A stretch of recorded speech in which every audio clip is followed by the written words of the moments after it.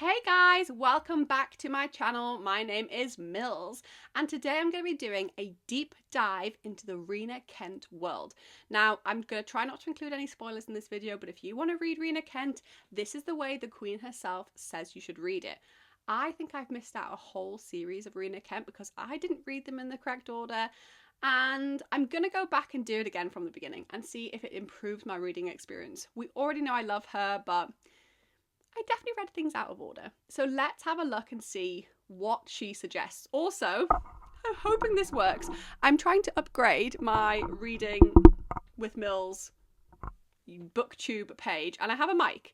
So hopefully the quality of sound is better, and hopefully it's actually recording sound. Imagine if I film all these and there's no sound recorded. It would be painful. So if you do think the sound quality is worse or better than normal, let me know. So the first book you want to start off with is Cruel King, and this is part of the Royal Elite series. This is Levi and Astrid's story. Now this one follows two people who may come back up in the world, let me just say. You have bully romance, sports romance, a possessive MMC, and I would say you have enemies to lovers in this book as well. So this is the first book you want to start off with in the Rina world. So the next one's a little bit confusing because it is part of the Royal Elite world, but it's technically a trilogy within the Royal Elite world. So these are Elsa and Aiden's stories. So you have Deviant King, which is the first one, Steel Princess, which is the second one, and then Twisted Kingdom, which is the third, but these all follow the same three characters. So Deviant King is the first one. This obviously follows Elsa and Aiden. Like I said, it is a bully college dark romance with a psycho MMC. I'm just gonna say it, he's definitely one of the darker ones, and some lost memories. Then you have Steel Princess. This one has similar tropes obviously to the previous book, but it does also have found family, which I really like that element of it. And this is where you first get to see the two characters in dual point of view, whereas in this one it's all from one character's point of view. It doesn't, when you look at the chapters, it just has the chapter titles for Deviant King, whereas when you reach Steel Princess, you do get the chapters saying Elsa and Aiden. So that is really interesting actually. To have it as kind of like a trilogy within a series. And then the third book, Twisted Kingdom, really just solidifies that enemies to lovers trope. And again with this one, you are lucky because you get the dual point of view. I think once you've had both their points of view, it would be hard to go into the third book and just go back to one character's point of view. So they are the next three you need to read, and technically a trilogy. And this is why Rina Kent's so confusing, because you write a series and then you put a trilogy within the middle of the series. Like, make that make sense. Oh, and also just to point out up until this point, so these three were written first. So you have the Royal Elite Book 1, Book 2, and Book 3, which is the trilogy. She then completed the Royal Elite series and went back and wrote the first book and called it a Royal Elite book. But it is technically Book 0 because this is Book 1. But this is where you want to start. So that's why I feel like this video is useful, because I got so confused with this. Then the fifth book you want to read, which is actually called Book 4, this is why it gets confusing, is Black Knight. So this is Kimberly and Xander's story. This one has forced proximity. Of course, it's a dark romance, some kidnapping, some trauma bonding, and a huge enemies to lovers trope. I think Rina Kent really likes an enemies to lovers. She wants that kind of hate to love situation, and she does do it perfectly. And I love a little kidnapping trope, to some extent. Then we have Vicious Prince, which is Teal and Ronan's story. I love this because this is a reverse Grumpy Sunshine. So she's grumpy and he's the sunshine, which I've not seen done often. And I think Rina Kent does this really well here. You also have enemies to lovers and a marriage of convenience. How can I forget that this one has a marriage of convenience in? I love a marriage of convenience. And a little bit more, we're going back to her roots of the bully romance in this one as well. This is probably one of my favourite in the series, and I don't feel like it's talked about enough. But yeah, the reverse Grumpy Sunshine. So he's the golden retriever and she's a black cat. I love when it's that way around. Then you want to read Ruthless Empire, which is still part of the Royal Elite series. This is Cole and Silver's story. This one is step siblings. A little bit taboo. I feel like Rina Kent doesn't do taboo normally. I do think she sits more fully in the dark romance category, but she's gone full taboo. Childhood frenemies, forbidden romance, forced proximity, enemies to lovers, like usual tropes, and then just threw some step siblings in there, which I'm not mad at. I do think the Royal Elite series is a good mix of all of these different tropes.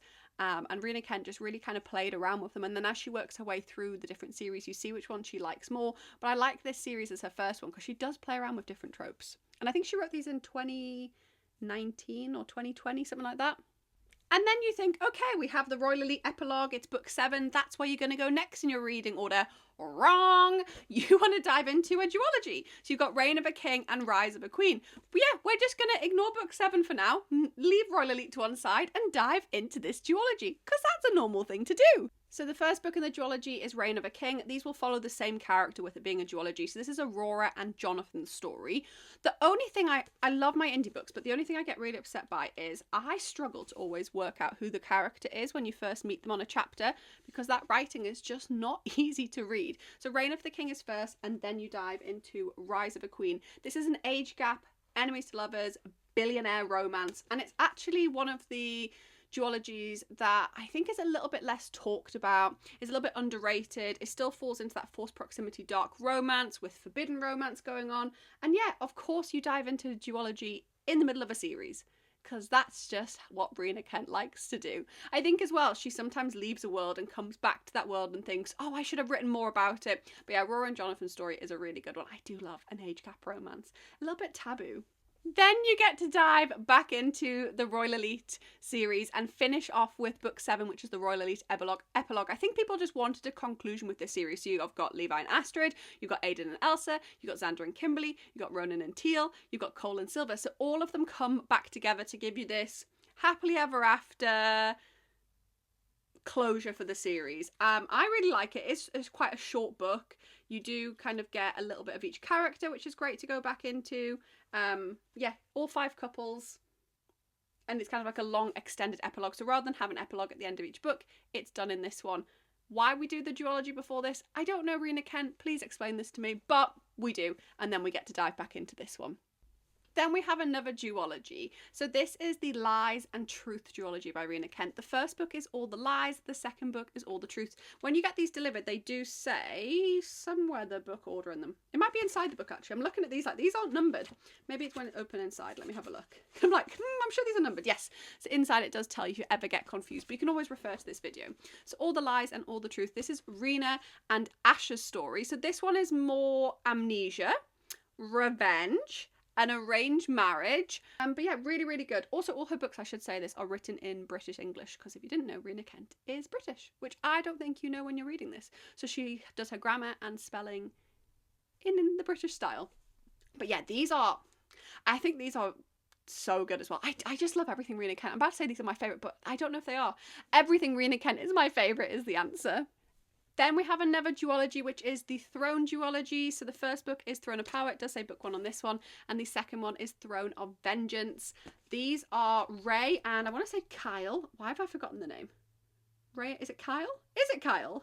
Yes, Ray and Kyle's story. So this is where you kind of start getting the Bratva influence, the Mafia influence starts to come in. We're leaving a little bit of college behind and we're entering more of the adult world. You've got revenge, arranged marriage, a mafia princess, a hitman, and I feel like this is where Rina Kent really starts to tap into that mafia romance that we know and love. But yeah, this is another duology, and you get to read the two at the same time. I feel like other than the Royal Elite, we are kind of sticking within the same series at least and following them in the correct order. But I still can never work out why we've done a duology in the middle of the Royal Elite series. If somebody knows, please let me know in the comments, because it always messes with my brain.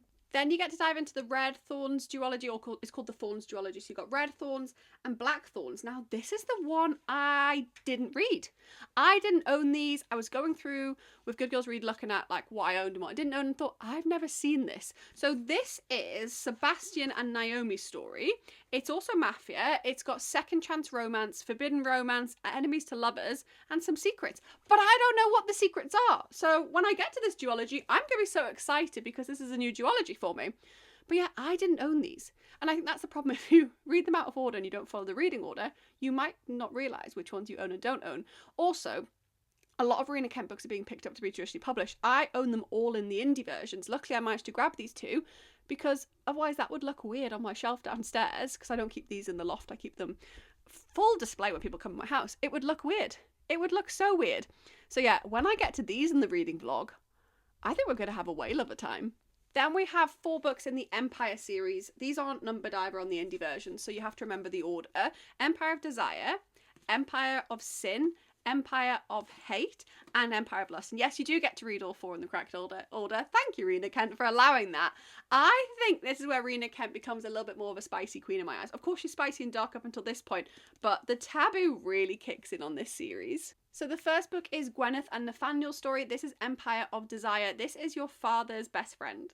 She falls for him first, she makes a move, it's an office romance, but then a marriage of convenience happens, and of course it's forbidden love. I just feel like it's a little bit awkward, this one. You're blushing for the girl. Like, she's young, you do blush for her.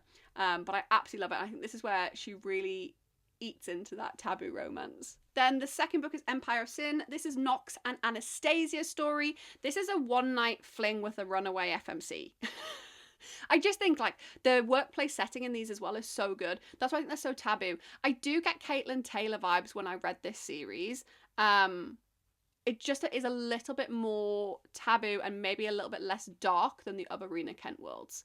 And yeah, I ate this series up, especially when it's a one-night stand and you've run away. I love it. Then we have Empire of Hate. This is Daniel and Nicole's story. This is second chance romance in a workplace setting. And I would class them as childhood lovers, actually. I feel like this is probably the least taboo in the whole of the 4 books in the Empire series, but I do like when they have a relationship because they've known each other previously. It's like a will they, won't they, should they, shan't they kind of situation. So I really love that. And then the final book is Empire of Lust. This is King and Aspen's story. Again, I would class this as like a second chance romance with a workplace setting and more of a rivals to lovers setting. I really like this series. I think this is, again, another one that isn't talked about much. I think a lot of people talk about the Royal Elite series, and a lot of people talk about the Monster Trilogy, which I haven't even got onto yet, and a lot of people talk about the Legacy, which I haven't got onto yet. But I feel like these ones in the middle, people don't talk about as much, and if they are all about to be trad published, you definitely want to get your hands on them when they're indie, because they're just so pretty. Then we have a trilogy, so this is the Deception trilogy. You have Vow of Deception, which is the first, you have Attempted by Deception, which is the second, and then you have Consumed by Deception, which is the third. So this is Adrian's story with Leah, but I have to say, I didn't know this until I was looking at the reading order inside. There actually is a prequel called Dark Deception. It says free prequel. So I need to check these as I'm working my way through. I presume you get these on her website, and I might actually try and read these prequels as well. I'm not normally a digital reader, but I feel like I've missed out. If there's a free prequel, I want to read it. So this is, again, back into a mafia world, which I think Rina Kent probably writes in her mafia world the happiest. I always think when she's writing in her mafia world, the writing just flows. Traumatic past, possessiveness, arranged marriage, of course. As soon as she writes mafia, I think she has to write arranged marriage, and this kind of forced proximity dark romance that runs through. I love a little trilogy from her as well, because they're so pretty. I think the covers of these have changed probably from what you guys recognise. These were the covers I got, but I do think there was an old cover. I'll put them on the screen if I can find them, so you might have different covers to me, but I think in the last couple of years she changed the design of these. So I'm guessing these ones aren't getting picked up soon to be trad published if she is messing about with the covers. Then we have my favourite trilogy. I always say this is the best series by Rina Kent, and it is the Monsters trilogy. So you've got Blood of My Monster, Lies of My Monster, and Heart of My Monster. This is Sasha and Kirill's story. This one is hidden identity, dark romance, bodyguard, mafia, Russian mafia in particular, age gap, and a lot of spice. I have to say the spice in this is spicy. I have one favourite book, which I'll tell you when I get to it, by Rina Kent, but this is my favourite trilogy. There's something about this. It's so dark and twisted. I think I love the hidden identity. I've not read anything like this, and it's dark military vibes. There's not much else on like that she's written that feels like this. Her other stuff, you can kind of start to see similarities. This one, she just really went for a walk out of her usual comfort zone and was like, I'm going to write something completely different. And I was totally here for it. I think she needs to write more like this. Then the final completed series to go through by her is the Legacy of God series. So obviously I have my trad ones up here, but I do also own these all in indie when they first came out. Of course, I got my hands on them. So I love them, but my indie ones are the ones I'm going to show today. So in this one, you have 6 books. Again, it's a completed series. You've got God of Malice, which is the first one. God of Pain, which is the second one. Of course, on the ones you can get now, they are numbered on the spines. God of Wrath, which is the third. God of Ruin, which is the 4th, God of Fury, which is the 5th, and then God of War, which is the 6th. Now, this is actually her biggest series in terms of length. The Royal Elite is 7 books, but those books are much smaller. This is This is where the heftiness comes out, and this is where a lot of people start reading. And if you think about how many minutes of this video we've watched, why are we starting here? I did, and I was so wrong for doing that because all those other books come before it. Honestly, Mills, get yourself together. So the first one in the series, like I said, is God of Malice. This is Killian and Glyndon's story. This is Secret Society, enemies to lovers, touch her and be unalived. What else do you get? Possessive MMC, he hates the world but he's obsessed with her. He's a bad guy, she's a good girl. Somewhat. I don't know if I can say Glyndon is completely a good girl, but she's somewhat. And of course, you've got the dark romance elements. Then we have God of Pain, which is Creighton, Cray, and Annika's story. This one is Grumpy Sunshine, enemies to lovers. I actually really like Creighton. I think he's quite an underrated character. She's a mafia princess. You've got bully romance, forced proximity, a little bit of everything in this one. But I think Creighton is... He's not selective mute, but he definitely doesn't talk unless he needs to. And you guys know I am a big fan of that.